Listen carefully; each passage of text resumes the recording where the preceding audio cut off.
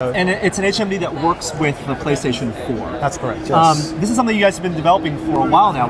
Where did this start, and what was the design approach? So there was a talk given the other day, Shuhei, leader of the Worldwide 2 Days. He basically was talking about the development of the kit has been nearly 2 or 3 years now. So it's something that's been in the background. The teams at Sony have been working very hard to try and make it a reality. You know, I guess with all electronics companies, especially with Sony, always looking to do new things and try and forge ahead and look for the next big thing. So I think once we started putting some demos together and we got to see some traction internally, there were a few disbelievers. It took a while to kind of get people to believe in it, but I think once you got the great demos there, the demos were able to really punctuate how fantastic VR really is.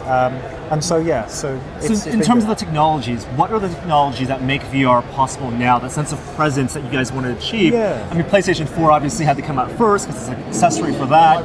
But what in terms of the head tracking, in terms of display? So there's a lot of things. Obviously, we have a very low latency. That's one of the big key things, really, to try and stop things like nausea. We also have a very fast frame rate as well. So all of these factors combined together. We have two 1080p screens, obviously. There are two 1080p There's screens? two 1080p screens, okay. So high resolution. And all these factors come together to try and make the experience as believable as possible. The software that we create has to be also trying to kind of get the player immersed as much as possible. Mm-hmm. Some people call it sense of presence. I call it true immersion. But true immersion is something that allows players to actually adopt a persona, to be in the experience and to be experiencing it in a way that they would if they were there in the real world. And sure. All of these elements together, things like motion tracking, being able to move your head to the left and to the right. As you can see with these new headsets, we have LEDs at the back as well, so we can track 360-degree rotation. We have other things in our ecosystem, such as the DS4 controller. We have the Move controller as well, so that gives us limbs if we want to have two limbs in the experience as well. So all of these things can add together to make a very immersive experience. I want to get into the technical details. Let's start with the display. You said two 1080p displays. Yes. It's 960 by 1080 for each eye? That's correct, yes. And you guys are using an LCD. What's the advantage of using an LCD over an AMOLED in terms of the RGB stripe and the screen door effect? So I think it's more to do with the refresh and the ability to just get a very clean image. Okay. What's the refresh rate you guys are using? Oh, I'm not quite sure off the top of my head. Okay, actually. But it's a high enough refresh rate. It's high enough, yes. It's going to be very smooth, yes. Okay, and then you guys are using custom-made optics for field of view? That's correct, yes. What degree field of view will your eyes be able to see? So there is somebody else we can get involved. It's more technical if you wanted to go into all those technical specs. I'm not sure we're releasing too much of that information today, but we can talk a little bit more about that. All-encompassing field of view. It is, yes, and we'll be able to turn all the way around as well and be able to see things that are behind you as well. So 360-degree view. 360 degrees. So it uses the camera, and it's IR based? Yes, it is, yes. So IR LEDs all around? All the way around, from the front and to the sides and around the back as well. So as I said, we'll be able to turn all the way around, and we'll always be able to kind of get your orientation and see where you are. So. And in terms of the lighting in the back, what's the function of having that light in the back? So when the players turn away from the camera, they've got a point of reference at the back of the head, so they can turn all the way around, and we do get to see, we can have proper 360-degree rotation. I think there are some VR systems that don't have full 360-degree rotation. Right. But it's very important from an experiential perspective to allow players to experience VR truly and totally. And I think being able to turn all the way around, being able to look all the way up and look all the way down is part of VR, and it's part of the immersion. And so having LEDs at the back does allow us to kind of push that level of interaction and immersion. You guys are designing this to work standing up. In this demo in particular, I was able to bend my knees down and see the virtual model bend down. Yes. Is this going to be experience designed both for standing up and sitting down? So yeah, we're working on a bunch of different demos at the moment. This one is all about standing up, because in the real world you'd stand up in a shark cage, and so we thought this would be a great example, a great demonstration of the tech from a standing position. There are experiences that work very well from a seated position as well. It just depends what you're doing. If you're in a cockpit, for instance, that will work quite well if you're seated. Right. But we have a bunch of different demos that we've done, and this is just one of those. And it plugs into the PS4. Is that going to be a pass-through system? The PS4 has your HDMI out. The idea will be that it's literally, you go to wherever it is you're going to get it from, whether it's Best Buy or Walmart's. We want it to be as simple and as ergonomic as possible. People will be able to buy it from day one, go home. We don't want a lot of setup. We want it to be very straightforward and intuitive. Plug one lead in, and hopefully that will be it. So we want it to be very simple. There is a breakout box on the system as well that allows us to have a big screen display as well. So you can still plug it in onto your TV. You can still plug it into the TV, yes. But it would be a single-player experience. The PS4 is going to support one of the Morpheus displays. This is what we're doing. It is, but what we're trying to do is trying to make VR not just something that's a solitary experience. I think we do have we're calling the social screen, where you can actually see the feed on the big screen, and we feel that kind of energizes the room. People are able to see what's going on and experience what the person who's wearing the VR headset can actually see. We do have other ideas with this as well. We actually got it backstage where we can actually use companion devices as well. So for instance, in this particular demo, we can actually throw like another shark into the scene, or even generate a sea turtle and play around with that in the scene. So someone had a PS Vita. That's correct. So it makes it a more social experience. It's not just an isolated experience. And I think that's one of the big things that we're trying to do. A lot of game design opportunities. Lots, plenty. In terms of the ergonomics, it's a really interesting design. The headband I thought was really comfortable. What is this going to be the design approach that you guys are experimenting with? Yeah, so obviously as you go through any kind of hardware launch, you iterate on the design, and this is kind of where we are currently today. It's taken many steps to get it to where it is today. There are more designs that we're looking at, so the ergonomics are coming on. This isn't final. There will be modifications made to this design, but you know, Sony are a great electronics company. We know consumer electronics. We're making something that will hopefully be aspirational. It looks very cool. We've got a lot of great feedback from people so far. Some people think they look like Iron Man kind of wearing the suit, so it looks very cool. So we're on the right path with it, and we're very happy with where we are currently today. From a development standpoint, do you feel like you're feature complete? Are you looking to add more features? What are the next targets for you in terms of development? I think ergonomics is a big one. We want to make sure that it's very easy to put on, it's very comfortable. Obviously the software that we're going to be creating will help kind of demonstrate how cool VR can actually be. I think in terms of the LEDs, I think that's pretty much there or thereabouts in terms of being able to get 360-degree rotation. We obviously have the other ecosystem to combine with this. Like I said, you already have the Move or the DS4, so we have peripherals there that do allow us to dig into, I guess, VR and to make unique experiences. But it's a work in progress. This is where we are today, and we'll see in the future where it does go. And it will be in the future, so you guys have said it's something not for this year.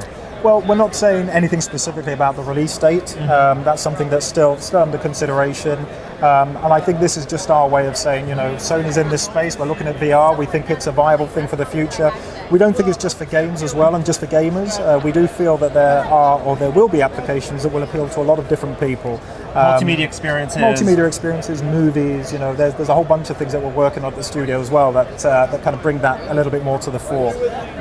But yeah, we think VR is something that will be very groundbreaking. It is obviously creating a lot of buzz at the moment, and hopefully we can generate enough interest and the right software to really showcase that. Awesome. Thank you so much, George. We can't wait for this to come out into the real world and play it with our PlayStation 4s as well.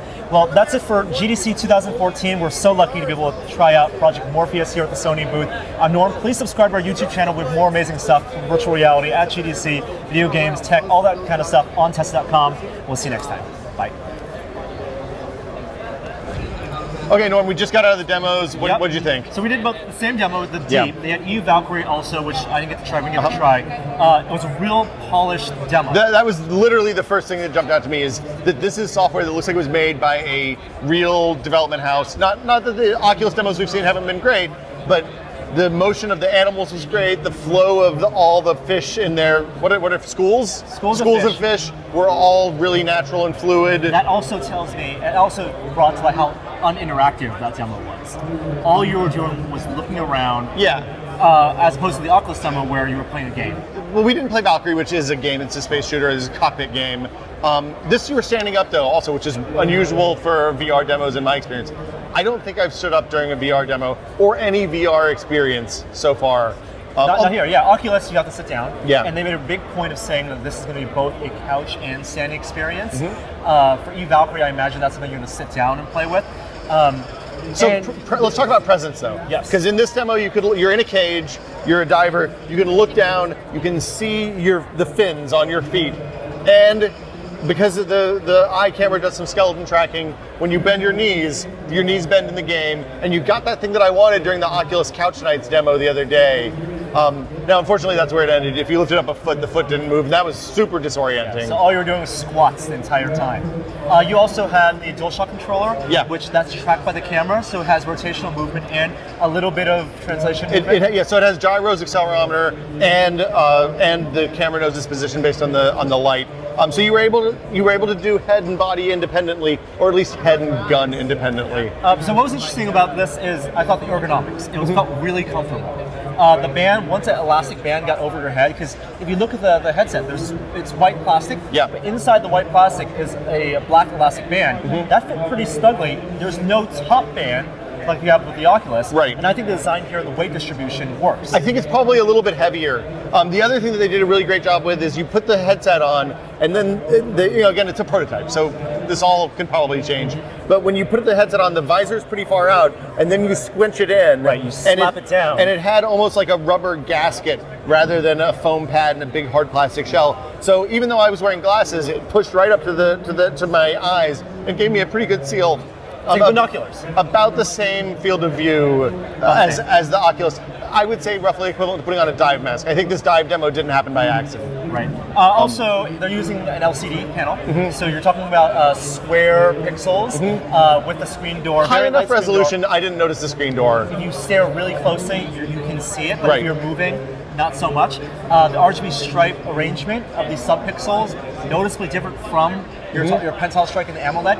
Not as bright, clearly, as the Oculus in the demo. That didn't bother me because you're in a dark environment, you're isolated. Now, how about moving? Moving, I didn't notice a whole lot of motion blur, but because of the demo that we were in, there was not a lot of high contrast situations. So you were looking at bright blue on light gray, and like nothing was moving super fast. You couldn't move the camera super fast. My feeling is that in terms of the persistence of vision, it is better than Oculus DK1, but I thought there was more smearing on Morpheus than on Development Kit 2. I would definitely agree with that, or Crystal Cove for that matter. I was pretty impressed. Like, this is much better than I was expecting. The optics were great. You had a pretty good field of view. The comfort was there. Having the controller and the skeletal tracking and the camera actually added a lot to that presencing. It's a piece that Oculus doesn't have. So concerns right now, frame rate. There were some people, John Carmack on Twitter, talking some smack about PS4 not being able to pump out enough frames. Yeah, I think on this. His quote was, PS3 games that run at 60 frames a second will work with this. And then he came back later and said, hey, not taking shots. It was not a high poly demo. Yeah. And also you can only use one with the PS4. You're not going to be able to plug multiple Oculus. I don't think you'll be able to plug Morpheus. multiple Oculuses into one computer either. I think the thing to take away from this is when we posted the Oculus thing yesterday, or day before yesterday, a lot of people came out and were saying, hey, this is a war, the VR war is on. This stuff is all so new that anybody, especially a company of Sony scale and with the software development resources that Sony has, coming in and building for VR is good for the VR community. Like it is not a zero-sum game. People buying Sony stuff aren't going to not buy Oculus stuff. It's not going to take away from anything. And more people pushing forward will just be bebetter for everyone. And there are lessons learned for both companies. I mean, I think that this was a really impressive first showing. I mean, they had the advantage of the late start. I'm interested